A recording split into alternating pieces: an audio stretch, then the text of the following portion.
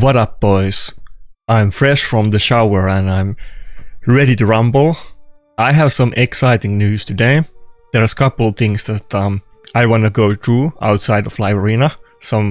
You guys probably heard about the Banana Jam video, not Banana Jam, it's Cyrilla video and all of the upcoming things, but I want to talk about it. By the way, I predicted like half of those things on the list, but one thing I want to show you guys first.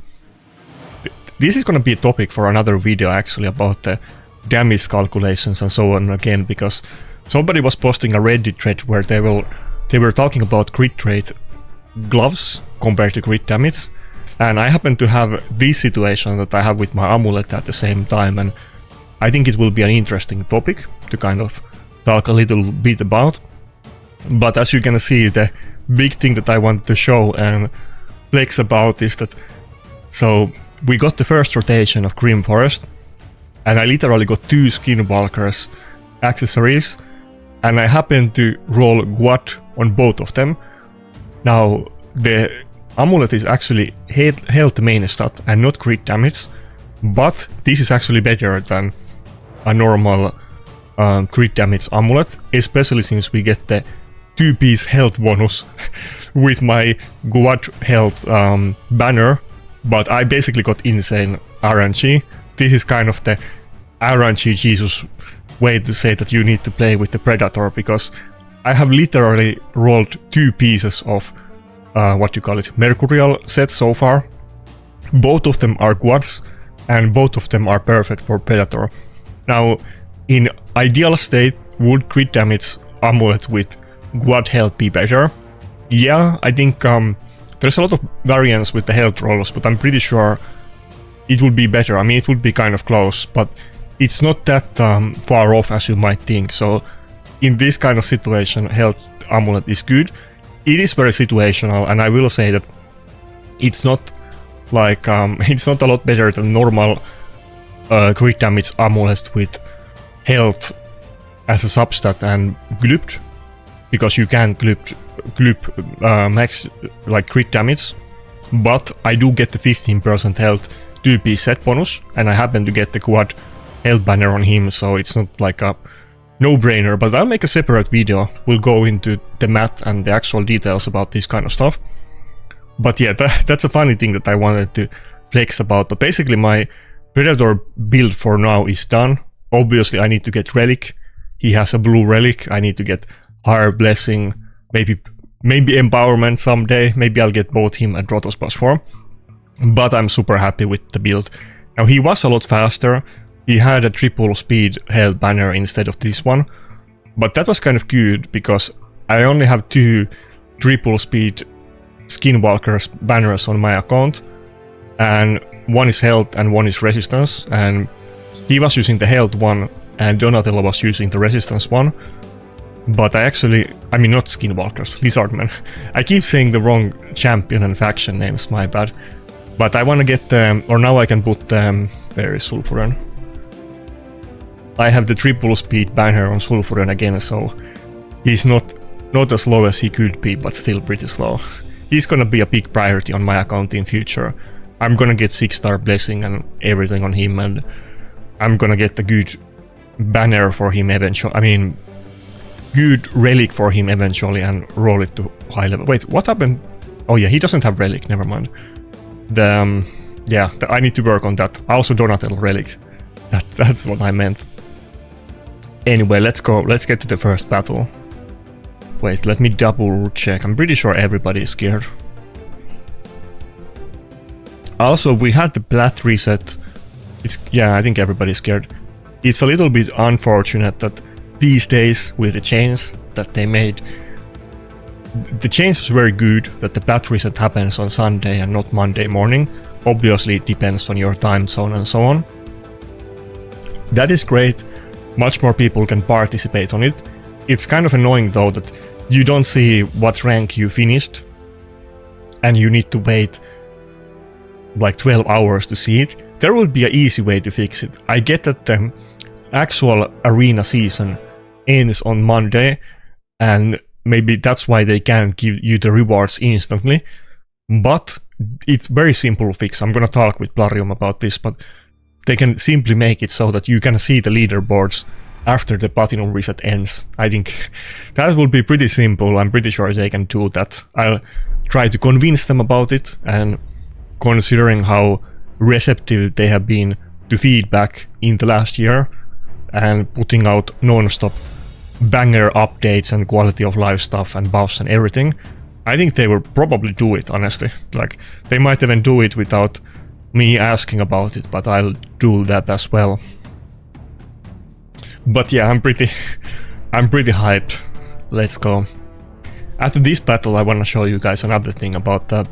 You probably heard about it, but about the upcoming stuff that they confirmed. Multiple things there I predicted months ago. Like the Swift Parry accessories. You guys have heard me talk about Swift Parry accessories all the time, saying that it would be a great way to buff Platinum Arena. And literally on the first video I ever did when I came back, which was the one with Rock, I was saying that we need to get Swift Parry accessories, and Plarium actually confirmed it. I have asked them about it a few times before, but they never commented on it, so that kind of makes sense. Okay, what do we have here? I think it's gonna be a Donatello battle. Either Donatello or Maud, but I think we go with Donatello. I'm also really kind of starting to appreciate Donatello more and more over time. He is, I would say, okay, this is gonna be controversial, but I would say that he is the best turtle. Now, obviously, if you want to play the turtle comp, Leonardo is the main deal there, and there would be no reason to run it without Leonardo. But he's the only one out of them that is really good outside of the turtle combo, and I really like him for that. I think we go for Carnage Ban. And the funny part is that my Donatello gear is not good at all.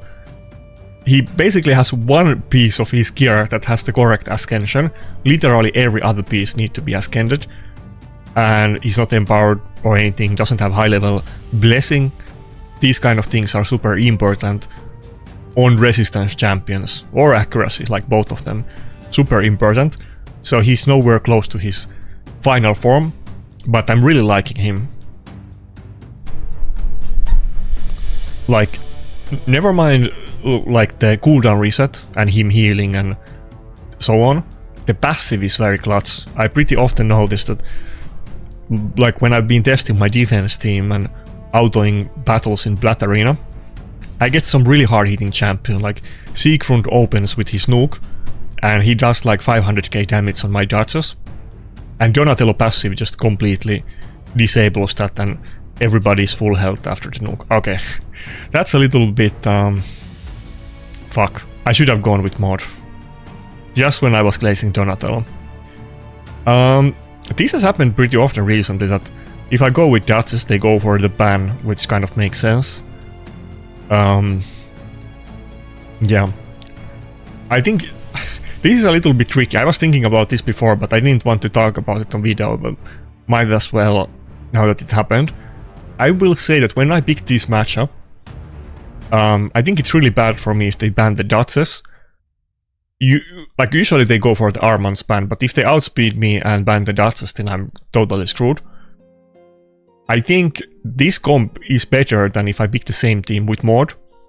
But if they go for Duchess ban and outspeed me, then the Maud team is like way better, so it's a little bit risky. Anyway.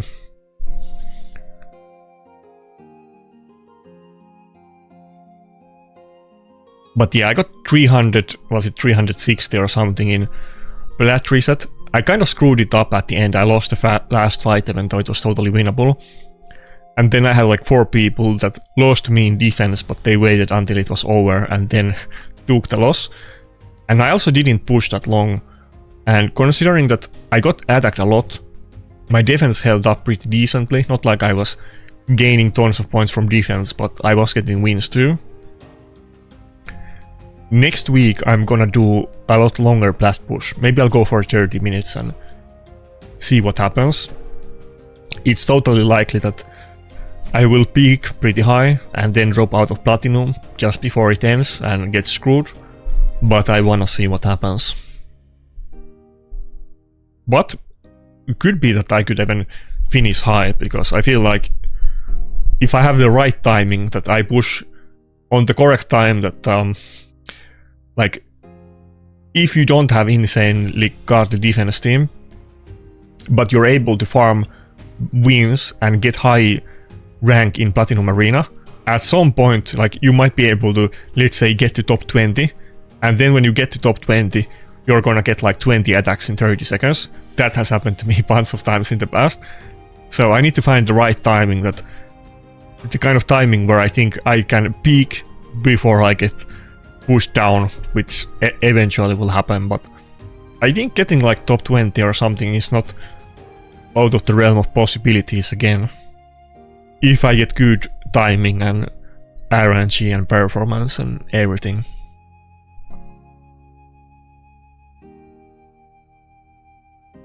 Okay, that looks pretty scary team. Not only does he have like good champions, but the one telltale sign that it's gonna be a really strong account is that he has high level empowerment. High level empowerment is especially powerful on champions like Grixia and Gizmark, like I just was saying, and especially Gizmark, because the burns need the blessing, and if you have high level blessing, burns are super OP. I think I might still go with the same team that I went last battle, because I need to ban the Gizmark. I hope the exact same thing doesn't happen though. With +4 empowerment and blessing, it is pretty much certain though that the Grixia is gonna have too much accuracies. Oh my god, he even got Comidus. Comidus and Gizmark is like game over. It's a double whammy. I can ban one of them but not both. Okay, in this situation I think the only win condition is just polymorph. So we go with Mord and we ban the nice, and we pray for the polymorph. There's no way I'm gonna win this guy otherwise. Usually I will ban Comidus and Gizmark. They're basically auto bans for me in almost every situation, but this is too hopeless, so went for the Mord ban and not Duchess. I'll take it. Oh, that's another rebirth that Platinum could do, which I was talking about it, I think, on the last stream or the stream before. Mord is not like broken. She is totally usable, and I think if she was like a guaranteed easy champion to get, people would definitely use her, especially for like, let's say, early or mid game progression, and I feel like she was kind of meant for that stuff. Like the old Doom Tower bosses, let's say, she would be really good there. Fuck, everybody's in Stone Skin. I was expecting like a full speed team, not full Stone Skin. But if they made her easier to get, which they totally should, because they screwed on that one. Okay, I think we're done. I think that would be good. I think a lot of people would use her and get some, you know, progression and enjoyment out of it, and it wouldn't ruin the game that Maud will be a common champion. I feel like she was meant to be a common champion, but they don't understand how hard it is to grind for those fragments. You need to miss like 10 other fusions or something stupid like that.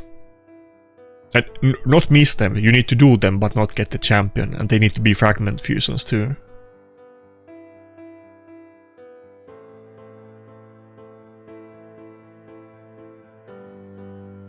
Wait, maybe it's no, okay, we're locked out. Yeah, maybe it's not total game over. Let's see. I'm pretty sure I lost it, but let's see.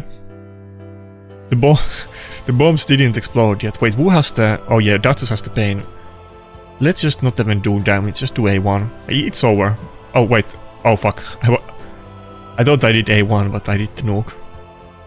I almost killed the Comidus though. That's kind of impressive. I wasn't expecting that. It's still one turn for Duchess Reviver. Not gonna make it.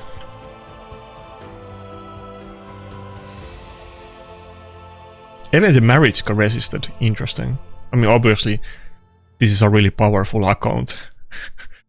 Probably slightly above my bay grade.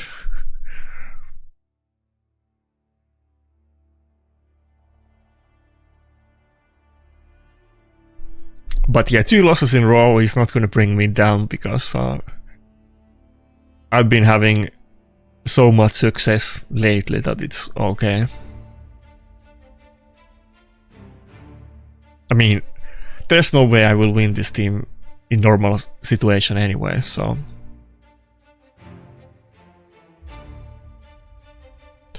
This was a team that was super prone to polymorph, so it totally was winnable, but only with polymorph.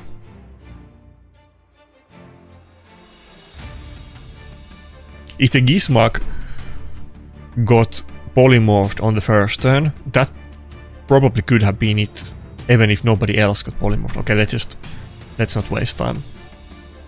Okay, so in case you didn't hear about it, let's just go. Here's a quick recap of the thing that were in the Cyrilla video. I'm pretty sure it was Cyrilla and not Banana Jam, but either way. Or did they both do videos? Maybe it was 2 separate ones. So you can empower champions that were like event champions that, you know, Fatalists and those. You can empower them with themselves, which right now you can't because another champion empowers them. This is like a mega giga whale thing that only really affects couple players that don't really need it. So that one doesn't really matter. Live arena battles during background battles in January, so very soon. So you're gonna be able to do your daily grind faster. You can kind of, I guess, weave in that you start doing Doom Tower, then you do live arena battles, then maybe you put your faction wars on and do another battle, and sounds pretty good. That's actually really useful. Time consumption is like the biggest downside in the game outside of the whaleness and the power creep. Friendly battles with clanmates and random people around March. I was doing the gem giveaway competition on Sunday and Saturday because it was so hard to do the competition to actually get matched up with people, even though I was trying to time it so that people can snipe me. With friendly battles it will be a lot easier to do a competition like that, and also just, you know, test your teams for Platinum Defense or Live Arena, or just challenge your friends and clanmates and so on. Maybe that can be a requirement for big boy arena clans, that you need to win them in some friendly battle before you can join, or that's gonna be some kind of rite of passage. I feel like in the olden days clans would have done it, but these days probably not. All of the events are too powerful and the arena prowess is kind of takes a second place. I mean, like CVC and so on. Something for Demon Lord, interesting. Okay, here's another, this is one of the things that I predicted. Harvest Jack. I've said it in multiple videos recently. I'm pretty sure I said it either on Saturday's or Sunday's stream, or I did say it for sure. I did say that it's very likely that Harvest Jack is gonna get buffed eventually. He has a very interesting passive. Let's quickly take a look at Harvest Jack's passive. So his passive reduces the enemy buff duration when he gets hit. And I think that's a very interesting type of passive ability that makes sense. Obviously he's one of the first fusions in the game and super old and not strong, but that ability as a concept, I like it a lot. I think if a really good mythic champion would have this passive ability in the right kit, it would be very, very powerful. Harvest Jack doesn't get any use. I think actually people used to use him in Clan Boss long time ago. He does do... Wait, that's conditional. No, wait, I'm not sure if the decrease speed is conditional on getting the truth here or not, but he does do multi-hit on A1. I remember people used to use him in clan boss in my clan long time ago, when there was no Barmaster. So yeah, they are confirming that he's getting buffed. I have been talking about it recently. I was also looking about champions. Is there any new champion with that kind of passive ability? Because I think that would be really good in live arena or classic arena with the right kind of kit and that kind of ability. He's still a legendary champion, so we'll see how relevant he actually will be. They would have to do a proper rework, but maybe they will do it, who knows. Okay, gemstone filters, as you guys know, if you go on your list, you know, you can see the list of the... Okay, I don't even need to show it. You can see the list of relics that are equipped, but you can't see gemstones. It's a little bit annoying, so I was expecting them to do it eventually. New way to fuse past fusions, that's interesting. Sounds kind of OP, but it's great if they do it, but there is probably gonna be big restrictions on it. I will be very curious to see how they do it. Iron Twin Super Raids, let's go. Double loot in Soul Market, let's go. Wait, is it double loot or triple loot? That's triple loot. No, it's not. It's not double or triple. It's like 1.5x loot, but we'll take it. I was getting a little bit over. Wait. No, 4 refreshes and 6 slots. So okay, do the math. Okay, that's more than double. Anyway, that's 2.5x or something around those lines. Tag Team Arena instant battles. They take insane amount of time, so that's great. Chimera quick battles.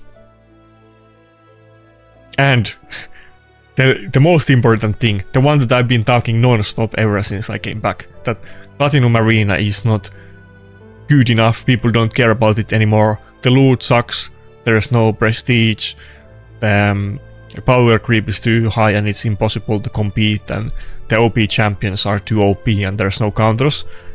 We're getting 9-piece Swift Parry and Deflection set, which means that you will be able to get accessories on them and make all kinds of new combos. Like, I think Mercurial 9-piece is probably going to be the way to go on super tanky champions that you just want to survive in the future. Maybe some revivers. But there's a lot of shenanigans that you can do with 4-piece Swift Parry. 4-piece Swift Parry, 4-piece Stone Skin, 4-piece 4-piece Lethal, 4-piece Swift Parry if you want to make a fast champion. There's all kinds of things that you can do. And I think it's a good thing that you can mix it up a little bit, because right now basically 4-piece Stone Skin on Nukers is almost mandatory. Practically every Nuker is in 4-piece Stone Skin, and it's interesting that there's more variance. Now, obviously, Stone Skin, you have it at the start of the battle. It can be buff strip, but there's no 50% chance to proc it, so generally it will be more consistent than Swift Parry, but Swift Parry will also give you speed, and you will not be prone to bombs, and if you get buff stripped at the start of the battle, you can still proc it later on. So there's, you know, different upsides and downsides. It's not completely one-sided. The only reason it has been so far is because there is no Swift Parry accessories. And another aspect about that is that outside of getting the Swift Parry accessories, even before we get them, it will make Platinum Arena more relevant again, which is a great time. Fuck, I have to go Donatello. It's a great time with the buff, let's say buff, the fact that they changed the time on a Sunday, because now it's easier than ever to participate, and the loot is getting more important even before we get the accessories, because you want to be able to get gear that you can pair with them. So I'm expecting a moderate increase in the participation in Platinum Arena. But yeah, that's my thoughts about it. Really good, like, upcoming plans for Polarium. A lot of those things were already coming in early next year. Couple of them didn't have any timeline, but those all sound really great. Buffs to the game, let's say. I don't know if buff is the right word in this instance. Wait, he didn't... Did he do it or did he not? He did do it. Yeah, he did do it. Sometimes somebody could get a little bit sneaky and not open with the lockout if I'm not paying attention, but I don't think that's ever even happened, because you wanna play it and see if you get it or not.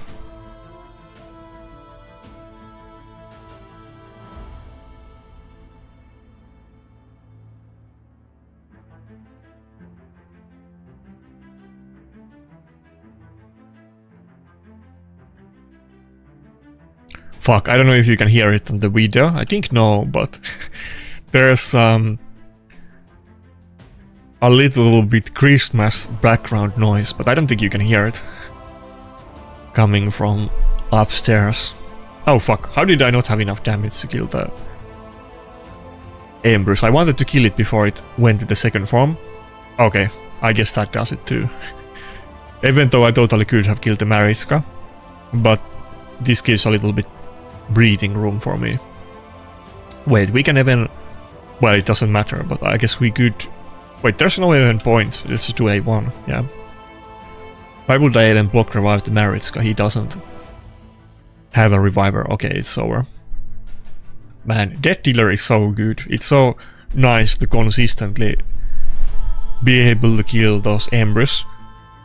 This happens like all the time to me these days, by the way. Even when I don't pick Sulfuron and destroy the Stone Skin, often they will stay on the first form on one turn, or they might just die on it for other reasons, but all the time I kill Embers before it gets to the second form.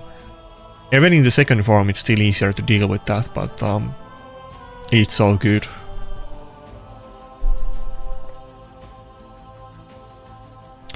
Was there any other news to cover up? I was thinking about making a separate video about it, but let's make it the news and live in a video. Stream probably would have been better, but I had 2 streams on Sunday, so I need to chill a little bit more with those. Or, not that I need to, but I want to do other stuff.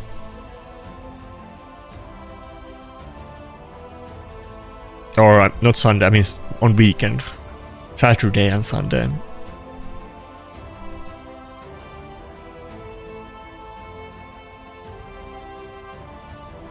Oh, there's another announcement in the CC chat, but this one I can talk about for 2 hours.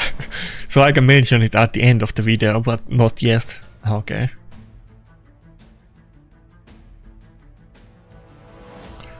Oh shit, Niamhe and Odin. That's not a good one.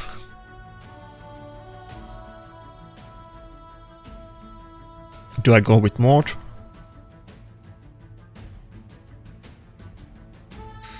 Helicat would be kind of interesting, but I suspect the Odin might be fast, but I'm almost tempted to just block damage to block damage. By the way, so apparently, speaking of Odin, apparently it was a little bit controversial. Not like, you know, not like there was drama, but there was multiple comments where people were kind of disagreeing with me about my last video, where I was talking about, what you call it, Norwegian name, what was her name? The new wife for Tormin. Fuck, how can I not remember her name? Can I look it up somewhere quickly? Hilvi, yeah, Hilvi. So, I'm not going for Hilvi Deco Fate, and it looks like most other people are more impressed by her and more hyped about it. And people got a little bit, like, people were disagreeing with me a lot when I was saying that she's kind of like a weaker version of Odin. and I don't think she's worth throwing my life savings into. Oh fuck, he was too fast for me. No, yeah, Helicat is not gonna get a turn. I think we lose these two. Maybe I should have gone with Harima and banned Marius. But yeah, she is gonna be like the, let's say, free-to-play Odin. She's a Force Affinity champion, so even outside of the Deck of Fate, it's gonna be easier to get her. And she's gonna have the partner stuff with Tormin, but I kind of suspect she's almost gonna be used without Tormin more often than with Tormin, because Tormin is such a liability with all of the crazy nukers in the game these days. But yeah, that was I wasn't even expecting that people would disagree with me. I wasn't, you know, obviously I'm not saying my opinion like altering it to what other people think, but I was not expecting it to be a controversial take that he's a Deck of Fate that I'm gonna skip and I'm gonna save it for better ones in the future. Wait, I'm not sure if I have Harima or Donatello gear. I think I left the gear on Donatello. I can't go with Harima. Should I just go with UDK? Yeah, UDK can be decent against both Embrys and Fabian, so let's do it. But yeah, I'm very curious to see how this plays out, because there was one guy, again, you know, no offense taken, but there was one guy that made multiple comments about the same thing, and he was kind of saying that every other CC is like glazing him and thinks that he's like the, you know, the reincarnation of Jesus Christ himself or something like that. I don't think he's gonna be terrible, but I don't think she's gonna be that. And I don't think people are gonna use her over Odin, but I'm very curious to see if I would be wrong about this. Let's go for the, I'm not even gonna try to say his name, the Churchire cat. Let's ban that instead of Fabian. Those were the two that I was thinking. But the champion is kind of similar to Odin, except she does the revive. Odin is a nuker, and she does freeze. Odin does stun. Stun is definitely better, but freeze reduces your damage and so on. I will be very curious to see how this plays out, because I kind of still stay with my original opinion that I think people were hyping it up. Maybe I'm just wrong here, but I think people were hyping it up. They were excited about new champion with interesting kit. I would be surprised if people actually play with her in like after a couple weeks. I don't think she's gonna be a popular champion in Arena. I don't think she's gonna be unviable, but I don't think she's gonna be meta. That's what I'm saying. I'm not saying that she's gonna be a terrible champion, but I feel like Odin does the same thing but better, like clearly. So they both CC, they both buff strip, they both do block damage. Odin's CC is better, Odin's block damage is better, Odin's buff strip does decrease defense, right? I mean, that's the way I was looking at it, and I think that the way that it works in these kind of games, like where you have champions for different niches, that even if a champion on vacuum could be like, you know, much better than most champions in the game, but if there is another champion that does the exact same role and does it significantly better, then that champion is not super appealing. That's kind of the way that I'm thinking about it. But feel free to roast me in the comments. I'll get back to this issue, not issue, but I'll get back to this topic in a couple of weeks, and I'm gonna look at the Odin usage rates, and people were saying that some CCs were extra hyping about it, so I'm I'm gonna do like investigations that are those people actually using the champion, and what's the usage rate of the what was the name? Hilvi. What's the usage rate of Hilvi on the Gold 4 in Live Arena and so on? Not that I'm like not that I'm like picking a fight here, but let's revisit this topic later on and see who got it right.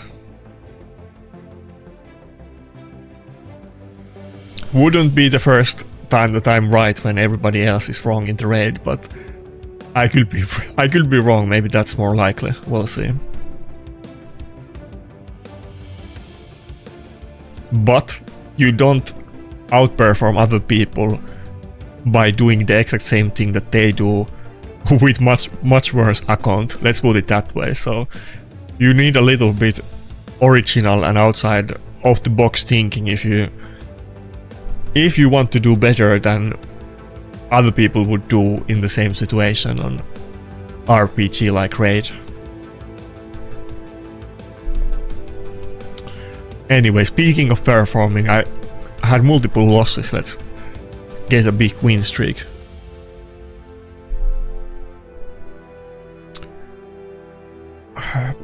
Fuck. I so wanna pick Sulfur, and maybe I should just pick it anyway. He totally has the... Or I could go... Nah, let's not go with him, yeah. I would be interested in using triple nuker often and going with the Rooster, but I can't do it if they have both Marius and Fabian. I would like to ban one of those.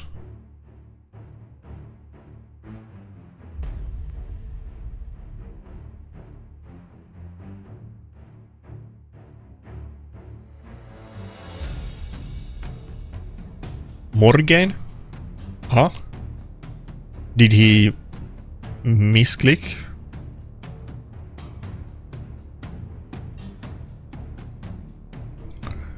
Okay, so Morgaine does like fear, speed debuff and heal reduction. Does it do anything else that is relevant in Arena? I don't think so. I don't think those are even super relevant, but that's what she does. I mean, the fear is the only relevant thing, but I am running Datsus. Okay, it's the fastest champion at least. Oh yes, she does do turn meter boost. She does do that. Yeah. Okay, so never mind. I guess it made sense though. This is kind of good combo that for some reason he banned Rotos and let me have both Armans and Sulfurion. Armans is gonna go first and just buff stream them anyway. This is kind of the type of teams that I see the big boy accounts using a lot, that they usually have 3 buff strippers in their team. If I were to get one of those really good maybe mythic buff strippers, and I would also run this team with triple buff stripper, maybe like Galatir. Maybe if I had like Galatir, Armans and Sulfurion, that will be kind of like a big checkmate, and they couldn't ban everything. I would definitely have a lot of CC regardless what they ban, so... Wait, what? I mean, there's other ones. It's not just Galatir. There's bunch of other things that could accomplish the same thing. I guess the popular ones is like Odin and Marius. This guy has Grixia too. Embrus kind of, but not really, because he's not gonna be faster than Sulfurion, and it doesn't, you know, Sulfurion hits through Stone Skin anyway, so he's pseudo buff stripper, but not in this situation. Yeah, I think Odin and Marius are the really popular ones, but let me think about it.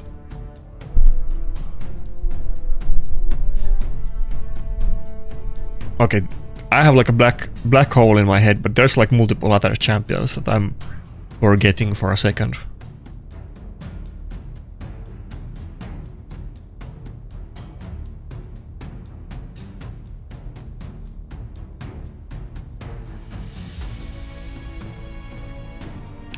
Ethan free-to-play. We're against the free-to-play account. Let's go.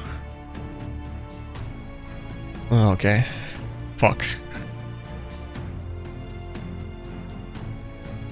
Well, it looks scary, and he has very high level blessing, which is always a bad sign. But at least he's running 2 very squishy nukers, so I can see a way out here. Okay, I have to go for a Carnage ban. There's just no other way. I think I go for a mod on this one, so that I don't get one shot.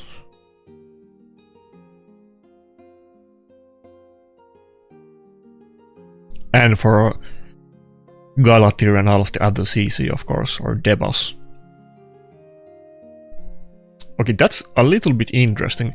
Hib and Rotos were against Galatir, that is weak affinity for Rotos, unless he knows that I'm using Death Dealer. And he's also running Lazarus, which is weak affinity for Predator, or yeah. So I'm a little bit surprised he banned Rotos and not Predator or one of the supports.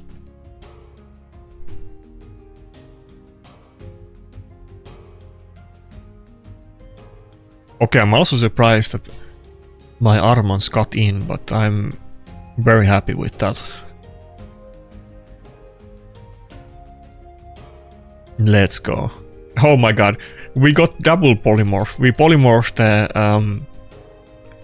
the Fabian, and then Galatir polymorphed us, and then we wended the Galatir, so that was like a double whammy. Armand just pretty much soloed the fight right there.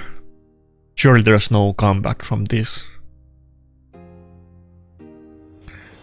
Marius almost committed seppuku to that, what do you call it? Molten Shield or Magma Shield passive or buff. Okay, so I don't have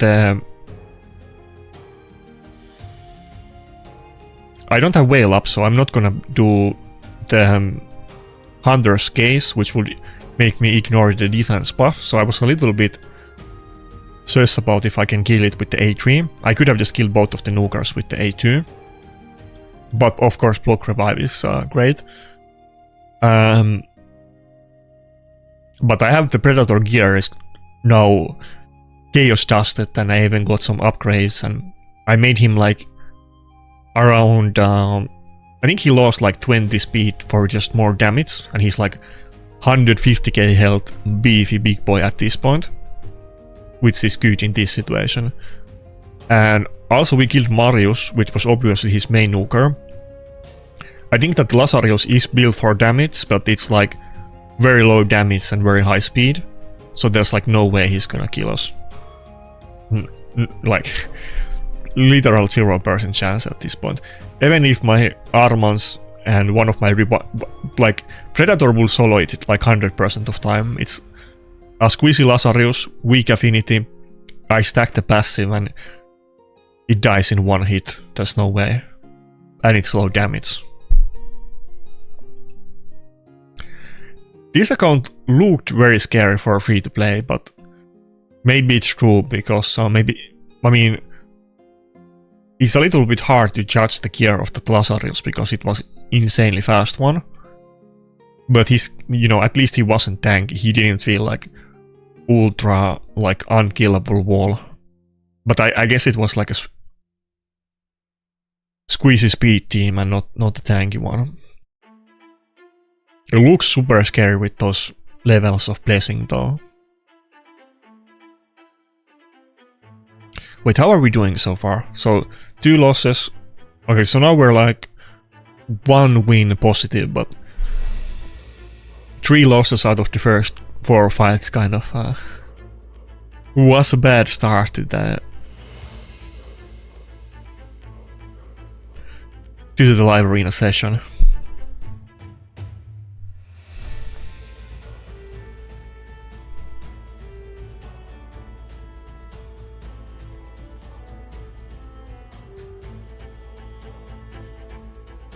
I'm very curious to see how the thing with being able to get past fusions play out, because there's a lot of possibilities here, like, you know, getting Titus, getting Fabian, getting Rotos. There's all kinds of, not like, of course most fusions are not OP, but there's a bunch of really strong fast fusions that if people can get them that didn't get them, holy moly, that's gonna be good.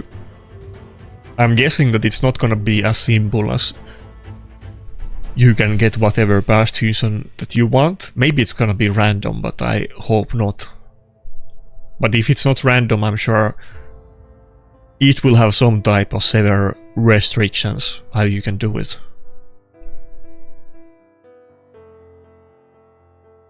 Maybe you have to skip a current fusion to do a past fusion or something like that. Who knows?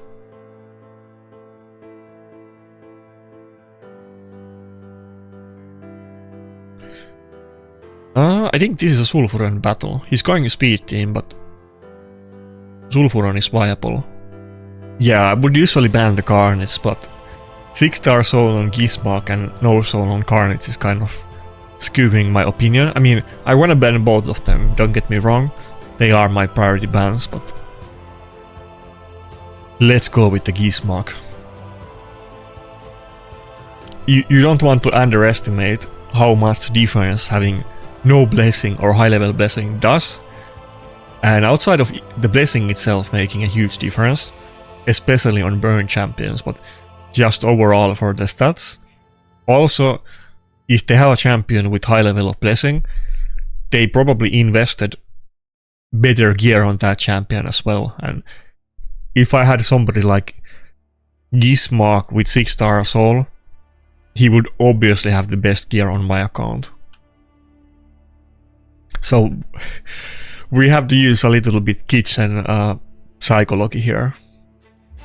I mean, I think it's pretty obvious. I don't think I'm saying anything groundbreaking here.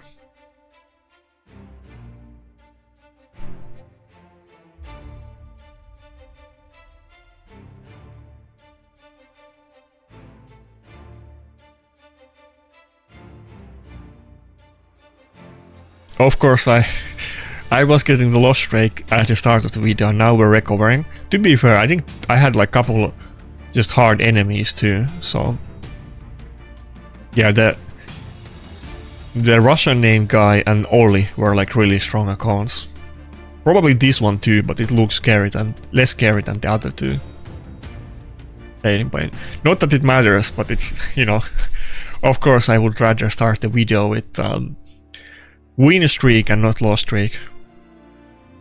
Autist Gaming, let's go.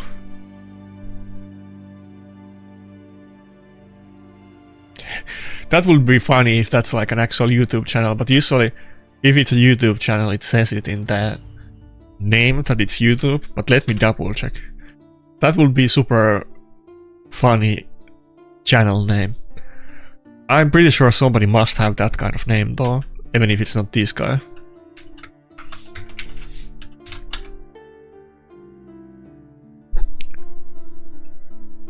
Yeah, there is a channel, but it's not his channel. I don't see any raid videos here, but I knew that if there was a channel called Autist Gaming, then I mean, somebody definitely had to have a channel with that name. That was guaranteed. Okay, I don't know if I'm like in the wrong. There's something wrong with my matchups, but I keep getting really scary opponents. This guy is whipping out like almost full 6-star blessing on everybody. What is this? Fuck.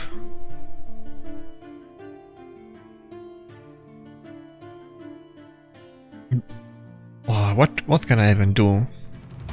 I think I have to go with mod. I don't think I have too many good other options here. Odin would be interesting here. I wish I had Odin. Odin could do the decreased defense and help me mitigate the Harma passive and his tanky team. If he picks another tanky support, I suspect he's gonna pick CC or a third nuker, but if he picks a tanky support, then I'm just gonna go for Marius man, okay. Garnets, do we go for Garnets? I think, yeah. It is not a speed team though, this is a tanky team, so I have much better chances to win against this than some other teams that would be maybe even less scary than this one on paper.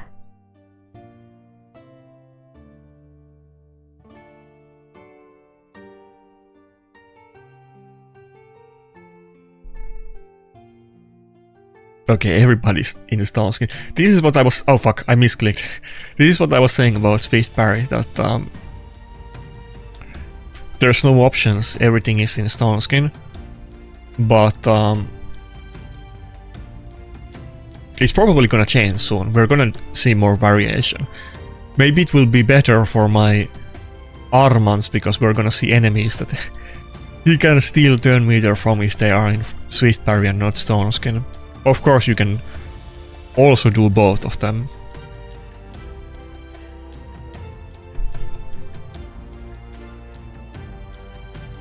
I think some nukers might just go for that and not even try to get lethal or anything. Okay, so I think we have damage to kill one of them, maybe. The Harima passive is the question mark. Let's just do A2. Let's do A2. Let's play it safe. We stack the passive. We can always go for block revival later on. It's fine. If you think that was the wrong choice there, then let me know, but I think it was the choice that I didn't want to make, but it was the right one.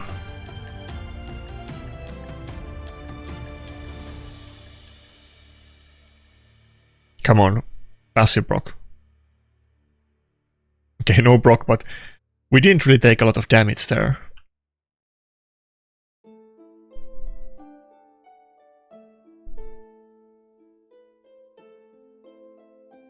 Just do A1, I'm not gonna kill it with A3. Okay, maybe that would have actually been... It would have been really close, but maybe it could have done it.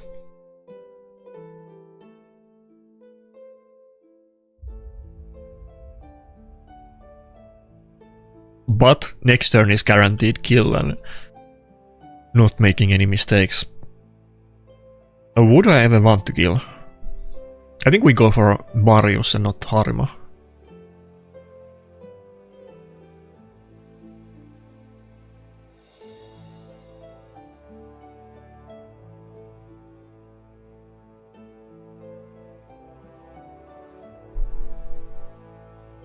The Predator Gaze being only one turn is a shame. I wish it was 2 turns, or it always happens that if you kill a target, it's gonna like splash and it's gonna give the gaze to another target.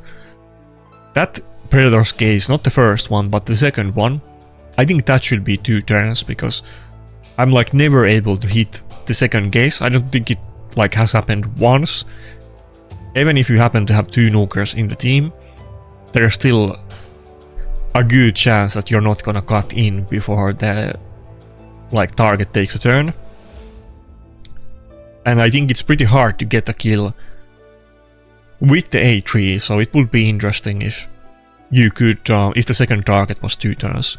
Now there is the option to go for support masteries instead of defense, and then you would get the 800 health, and you could get the increased duration on debuffs, and maybe even buffs for the whale, which I did think about, and you could get Lore of Steel that increases the stats from your set bonuses. I did think about that, but I think I still want to go for the defense tree on him. It's too good to pass up. I think somebody mentioned it in the comments, and I had already thought about it before, and I was kind of playing with the masteries before I built him, but I think it's better to do this. It would be slightly more damage per se with the support tree, but then we're gonna get the counter attacks and damage mitigation with the defense tree.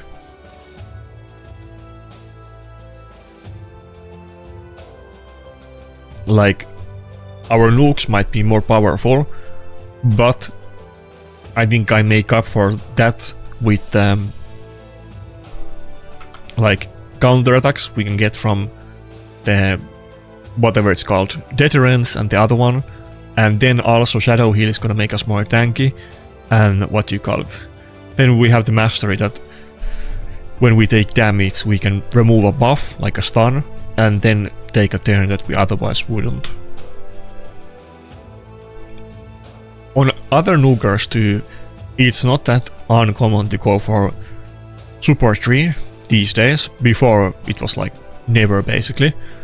I know for instance on Leonardo, I think most people go for offense and support tree and not defense, basically for the same reason that you have a chance to increase the duration of his buffs, which is really good for him specifically. I think Wukong I have on support masteries as well.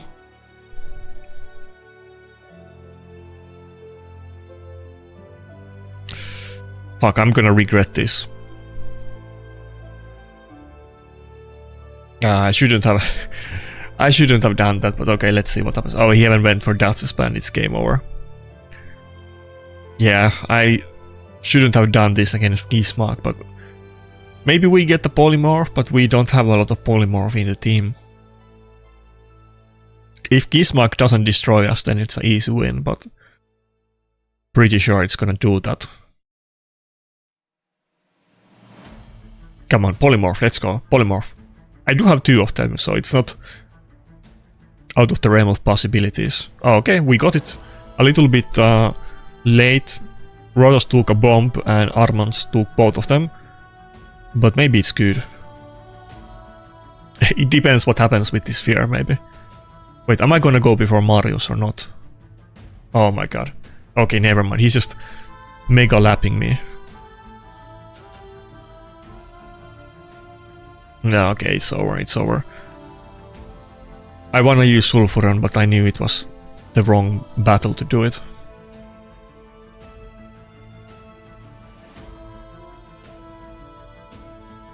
I needed the passive to proc there on Predator. Oh my god, oh, okay, it's mega done. Okay, that was my mistake. Gizmark is, not Gizmark, Commodus is too powerful, so of course that was gonna happen. I was kind of, I don't know what I was thinking. I was hoping I would cut in, but obviously I'm not gonna cut in and should have gone with Maud. Or maybe even Donatello, but just Maud.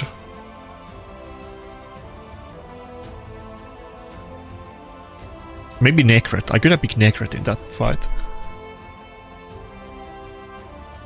I really haven't been using Necret a lot since I got Predator. Maybe I need to test him more. It doesn't really, you know, scream like it makes sense on him, but like it's not like he needs the Necret protection per se. But I will get Bolster that I have on Necret, and against those bomb teams, if they don't like make the proc detonate by themselves, Necret is so slow that he can just often kind of stay in the battle for a long time, even when he's filled with bombs, because he just doesn't take any turns. I think I got my... I'm just looking at my Necret gear. Okay, I still need to do Chaos Dusting actually on him too. I have like 3 top pieces, like helmet, shield and weapon. All of them need to be Chaos Dusted. But I did get the bottom pieces, so his gear is kind of looking good. He only has a 5-star amulet. I guess I've been unlucky with those.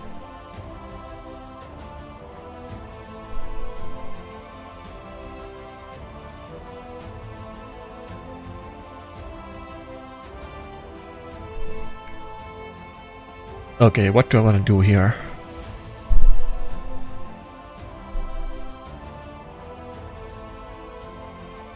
I don't think Necret really makes any specific sense in this battle. Like there's no one thing where I want it, but let's just do it and see what happens. Because on this video, I had the same issue on multiple battles that I didn't pick double reviver and then they banned dodges and I didn't have any bolster or anything and they went first and I got totally decimated.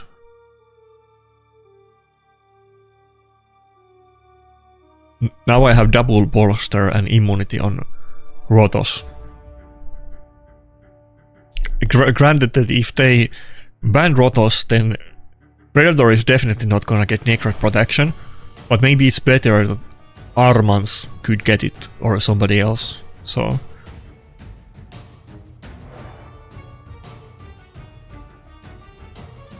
Yeah, what do I even do with Niame? It's a weird champion. Wait, what? Why did it... I thought it was gonna take like half health and not die there. Little bit confused. Okay, that wasn't bad at all.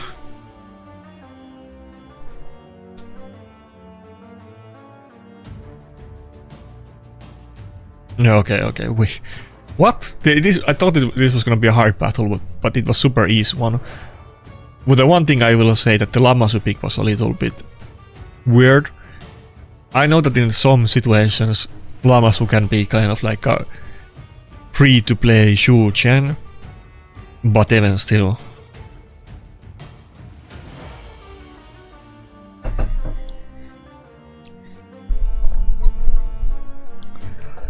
Okay, we still have a week until the next season, and I've been kind of grinding like my life depends on it on the last 1 or 2 weeks, even after the previous season ended.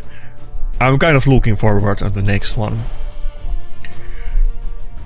I almost, like, I was planning to do this like not on the last season but the one before it, and I played couple first days and then I got totally screwed and I gave up, but this time I'm gonna go for at least top 500. Maybe top 100, maybe it's possible, but I think top 500 I should be able to get if I just play actively.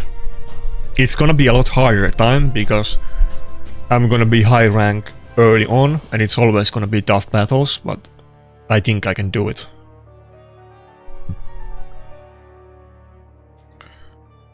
I think now is about time to get back to the game. Both in Platinum and in Live Arena, but especially in Platinum now with the upcoming buff. Can you call it a buff if it's not for a champion, but it's for like a game mode or mechanic? If we get more loot, is that a buff to Classic Arena? Or is that just something else?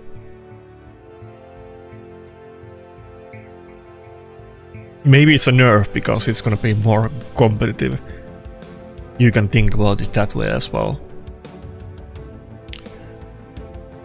Okay, can I go? I wanna go for Sulfuron, but I wanna ban Gizmak. I don't think I can do both of those things. I think the Sulfuron Pig is gonna be a mistake again, but let's see what happens. Maybe this is gonna be... It's 6-piece blessing, I mean, not 6-piece, it's 6-star blessing, but maybe this is gonna be a stone skin Sulfurion and not full speed. That is possible, because on that one guy, I think he had stone skin and not full speed. If it's stone skin, maybe there's a tiny chance that my Sulfurion is gonna be faster, but probably not, of course. Oh, it is stone skin. I mean, I guess they are usually stone skin, to be fair. I'm pretty sure more often than not they are in stone skin. But he doesn't have another speed booster, so this is kind of good for us.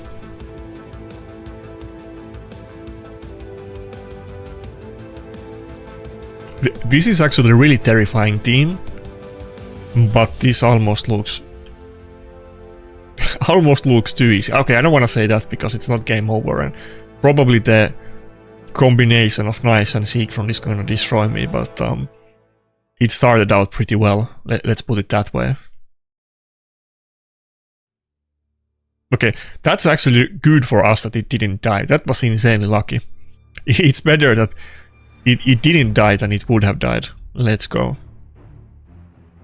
If we got extra turn there on Rotos, it basically would have been game over at that point.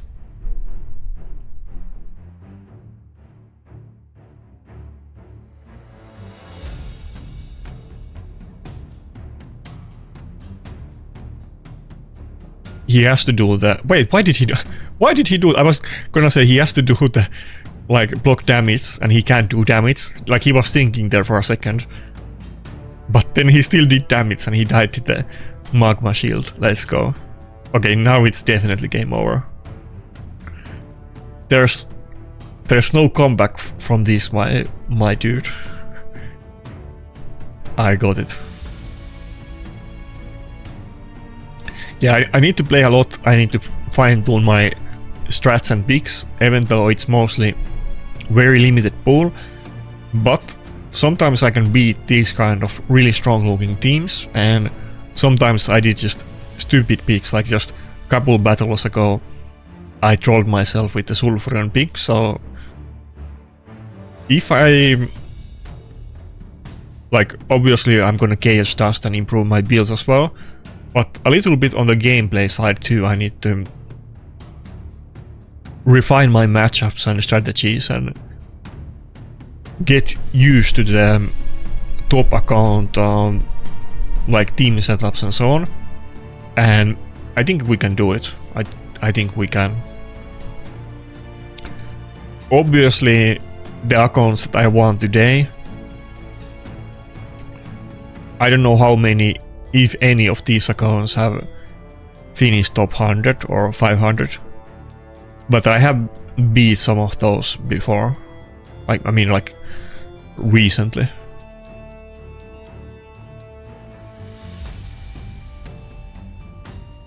Okay, this guy has. Yeah, I was looking at. Surely some of these have it. Yeah. No, wait. That. Ah, fuck. I thought this was top 500, but it's not that trophy. Okay, none of these guys have it.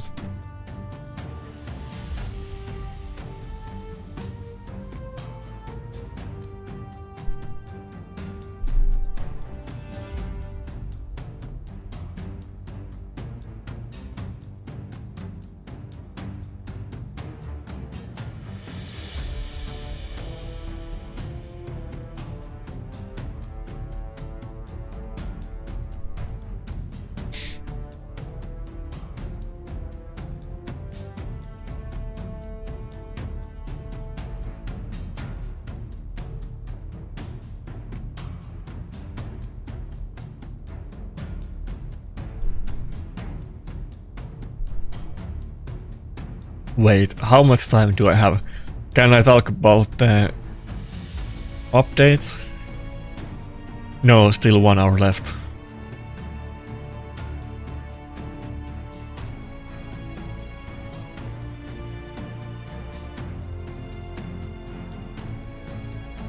Oh, okay, never mind. I think this video is gonna end before I can say it. I mean, actually, I can't say it because this video is definitely not gonna be out before I can say it. So actually, it's fine. I could have said it before. I'm a dumb. What do I pick?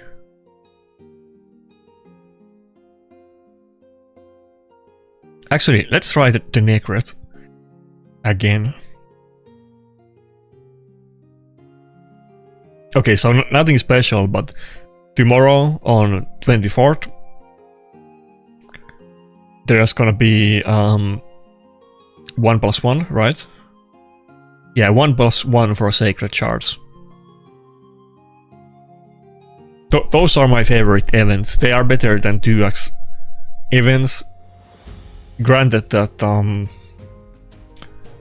I kind of want to pull for it. I don't know if I'm gonna, but I kind of do want to. We'll see. Probably I will pull for it, to be honest. I don't even have enough sacreds to guarantee that I can finish the event, but I'm probably still gonna do it. I like 1+1 events a lot. They have just mathematically the best reward. even though these days you kind of want to pull shards during other events, like not shard events, but Deck of Fates or whatever. But you have very, you know, good potential that you might actually...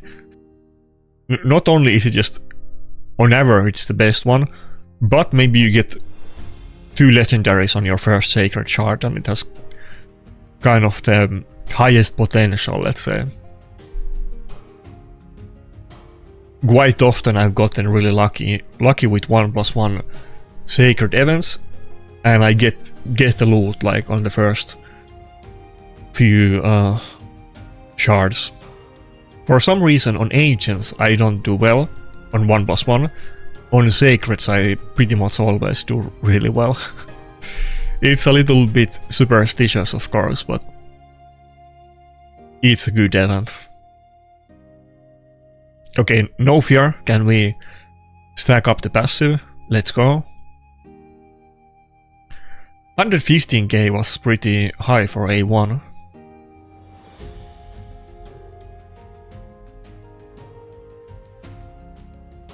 It's still kind of looking bad for us. Getting the powerful Sisu from Fabian is terrifying.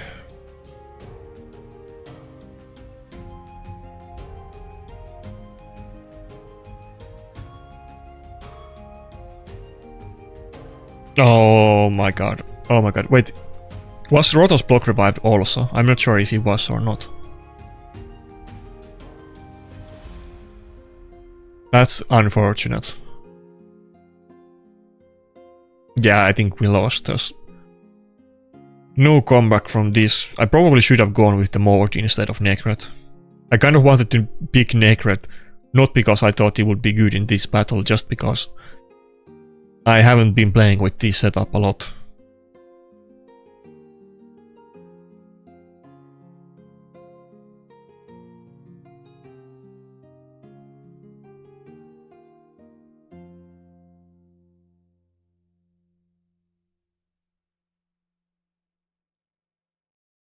Ah, come on. Well, whoever did the Maritska, okay, whoever did the Maritska ally attack, I would have been screwed anyway.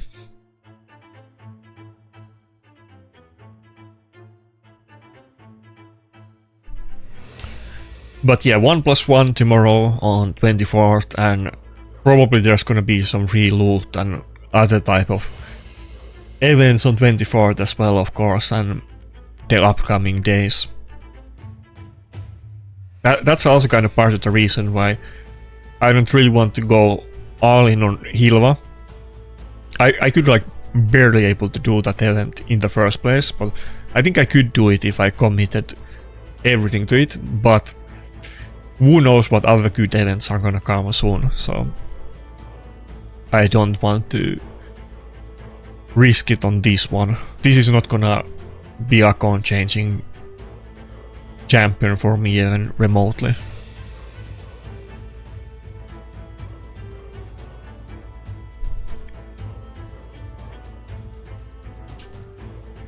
Oh yeah, I forgot to check my Leonardo build.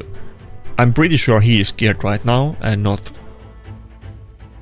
Harima. I was also thinking about trying Leonardo a bit. I tried him in couple... Actually, could we do it on this battle? We totally can pick Leonardo on this battle. Let's go. Should I check on the Hell Hades? Let me quickly look at. I'm pretty sure my Hell Hades is updated. Yeah, Leonardo should be built, so let's go with him. He can still be useful with A1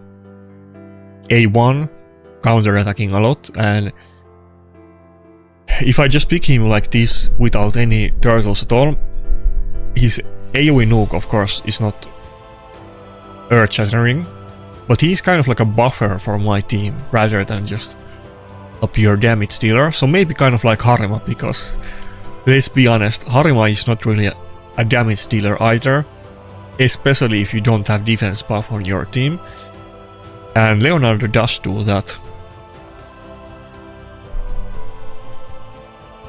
Oh, I think that's interesting interaction. We dodged the passive from Taras, I guess. That's an interesting interaction.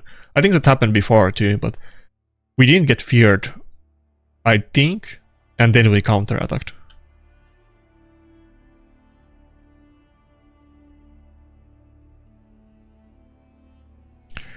Fuck, who do I go for? I kind of want to go for the Embers, but that's the riskiest pick. Let's go.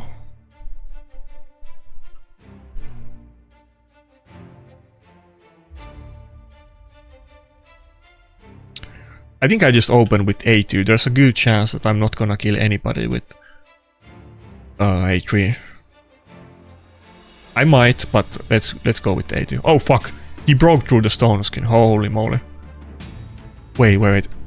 If I do the A2 now, I'm gonna take the counter attack again. If I get stunned, I'm screwed. But if I don't, I'm in really good spot. I think I need to do it. It's a little bit risky. Oh fuck! This time I didn't kill it. I thought if I would have killed it, I would have been about the 50% health threshold. Okay, fuck. I messed it up. Might be game over. We have to go for the AoE nuke. I can't go for A3. But I might get stunned and it might be over. Fuck. Oh, passive proc. Let's go. Now with the life harvest that reduced their health, and also the A2 reduced their max health, now they're starting to look a lot more reasonable to kill. And now if I can take a turn on... Wait, should I just nuke? I shouldn't even do... This is again risky. There's not a lot of buffs. I don't know if there's enough damage, but I think I need to just nuke. If I kill a Siphi, then we're good. Yeah, that was not gonna hit hard. There was no turtles, there was no defense buff, and there was no boss, and all the damage on the A3, like the reason why Leonardo A3 can hit so hard, like the damage scales from, like you get the ignore defense from turtles, but really all the damage comes from the boss, and in normal setup, if he does his boss and Donatello does his boss, then you have like 200 trillion buffs, and that's why you can hit so hard. Kind of like with Taras. But there was like no buffs there at all. Also, you might wonder, was he geared or not because he was so slow to take a turn? That is on purpose. I think you don't want to build Leonardo super fast, but that's gonna be... I'm gonna make a Leonardo or a full turtle guide very soon, so that's gonna be a topic of discussion on that video. But yeah, I would go for max damage on him. Now, his gear is not done. As you can see, these boots, I need to chaos dust them, but on purpose I'm not going for a fast build. He could be like 100 speed faster, but we don't want to do that. Okay, I mean, if I go 100 speed faster, he will lose a lot of damage, but he could be like 40 to 50 speed faster without really losing any damage at all. Very little. But I'd rather build him slow and as high damage as possible, and then save that other stuff that would probably generally be considered better to other champions. I mean, don't get me wrong, he has a good build, but he's not using all of the best defense pieces. That's the build I have on Leonardo, just to show you. 240 speed. The banner is a bit lackluster. I need to get a better one.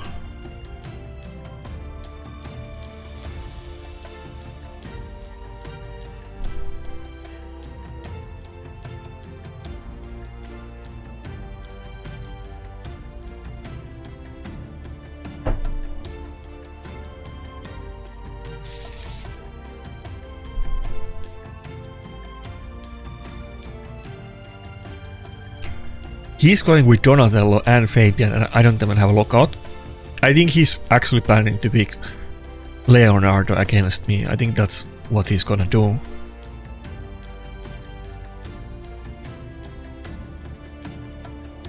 What do we do here?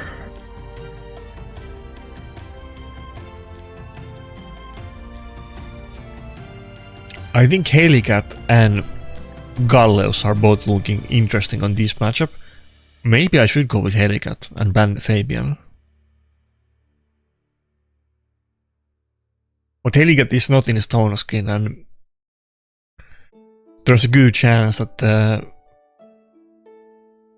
with the Arbiter 10 meter boost, the Empress is gonna fear me, so let's go with Galleus. Galleus is like 290 speed and in 4-piece stone skin, so... Oh fuck, he went with Comidus. I did not see this coming. I thought for sure he was gonna go with Leonardo.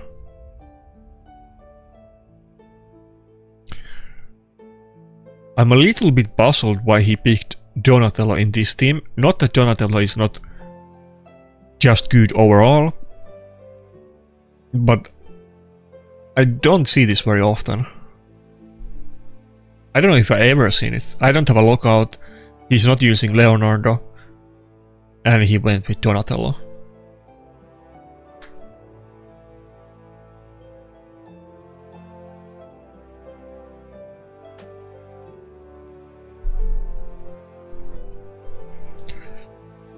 Is that even a resistance Leonardo in that case then? Or did he just pick it so that I can't pick it? Maybe that's why he did it. That could be the reason. But his team is so squishy that it's not unbeatable without us having cooldowns. Let's see what happens.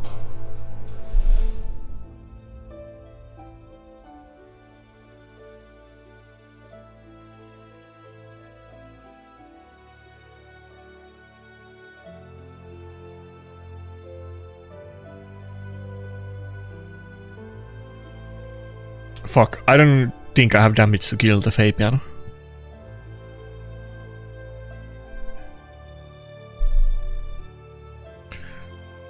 I don't think my rooster is gonna take a turn. Yeah, fuck, okay, we lost it, I think.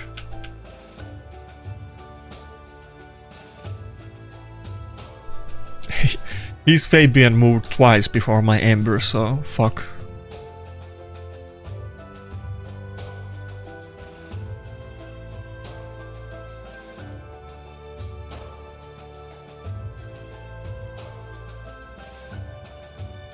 And if I kill the Empress now with the Rooster, he's gonna die to the recoil. And I can do a proper AoE nuke. Come on, can I get one turn on the Rooster at least? Okay. I mean, I'm gonna have enough. Like, the thing is, if I do A3, it's not gonna kill Arbiter. If I do A2, it will kill everybody, but pretty sure even if Empress has high health, we're gonna die to it, and yeah. Oh, okay. Oh, fuck. What happened there? Did I weak hit on the Fabian? I think I weak hit on the Fabian, because Fabian should have died. That almost went well. But it's over.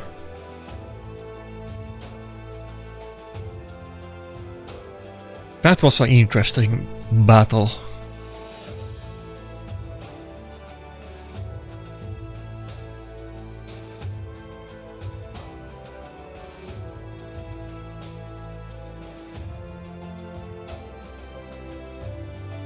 Oh yeah, did I show it before? There was that guy whose channel was Autistic Gaming, and then I was searching Autistic Gaming on YouTube. There's possibility, of course, that this is his channel, but I think it's like a completely another guy, but I knew there had to be a YouTube channel called Autistic Gaming. It would be kind of funny to go Arbiter. Should I go in Arbiter in this battle? There's no way I'm gonna cut in after Sifi, I think.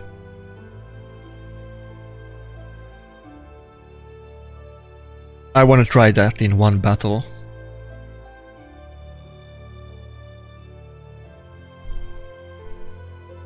Wait, it's a +4 Sifi. That's actually kind of rare, because it's still a Void champion. I don't see that very often.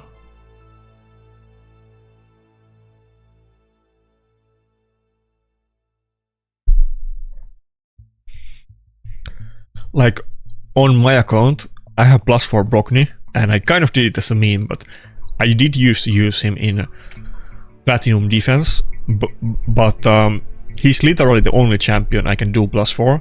I couldn't even do anybody else that is really bad to +4 if I wanted to.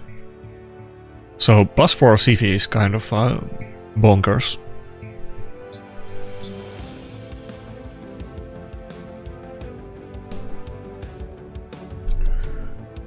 I think we go for Polymorph on Carnage. That's the safest option. If Carnage gets going, then it's game over if everybody gets locked out.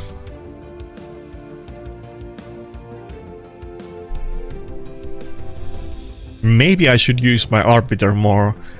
Her build is not very strong. She's kind of 350 speed, I think, and not very tanky, so... But I do kind of like the idea of having her build. I mean, I always keep her build, don't get me wrong. But if I could improve her gear a little bit, then I'm not gonna go for guard speed, but maybe have like a balanced build on her that is still pretty fast, maybe like 400. Maybe that could be useful. I mean, I'm sure it would be.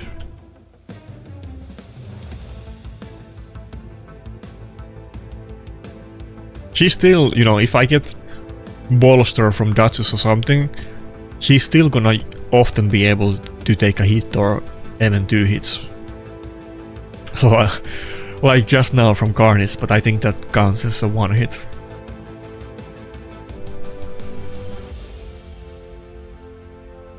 Okay, to be fair, this guy was 7,000 points. Oh wait, he has 40 million player power. Never mind. I was gonna say that it might be a newer account, but maybe not. I mean, I'm only 11,000 points, so it's not like I can flex about it, but often people are kind of high these days, so... What do you need to be like top 100?